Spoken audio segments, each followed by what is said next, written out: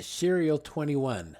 What did Protestant ministers do to the restored Church of Jesus Christ of Latter-day Saints?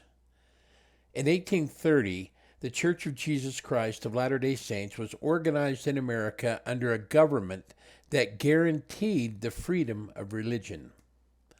How did Protestant churches in America react when members of their congregations began to join the restored Church of Jesus Christ?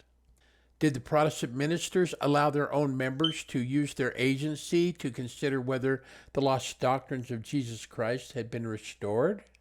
Or did they follow Satan's practice of mob rule, murder, and persecution?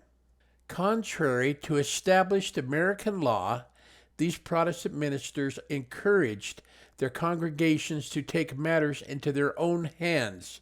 They formed mobs that committed acts of plunder, rape, and murder while they drove the members of the Church of Jesus Christ of Latter-day Saints out of their homes and into the snows of a bitter winter wasteland, altogether denying these Christians the religious freedom that their patriot forefathers had fought for and guaranteed to them as American citizens under the inspired Constitution of the United States.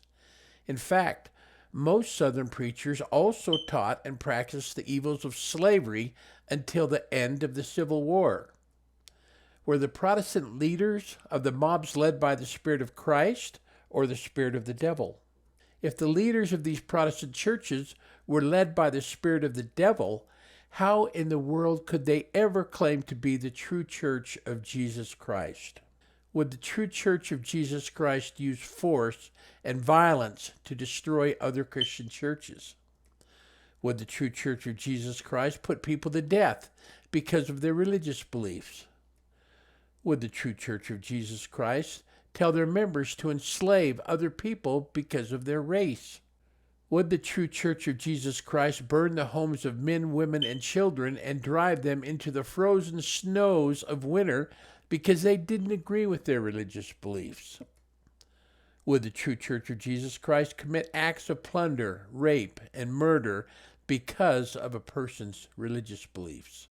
These Protestants claimed to believe that both God and angels had spoken to prophets in the Bible, but they utterly refused to accept living prophets in their day.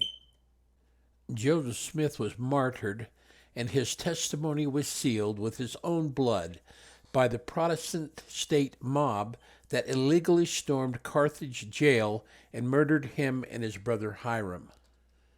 But the legacy left by the prophet Joseph Smith still endures and blesses the world. The restoration of the Church of Jesus Christ reestablished: 1. God restoring and speaking through living prophets once again. 2. The restoration of God's holy priesthood with a foundation of 12 apostles. 3. The restoration of new scripture, including the Book of Mormon, another testament of Jesus Christ. 4. The restoration of sacred temple ordinances and the rebuilding of holy temples throughout the earth. Serial 21 Summary. 1. In 1830 to 1847, the Church of Jesus Christ of Latter-day Saints was denied its legal rights of freedom of religion. 2.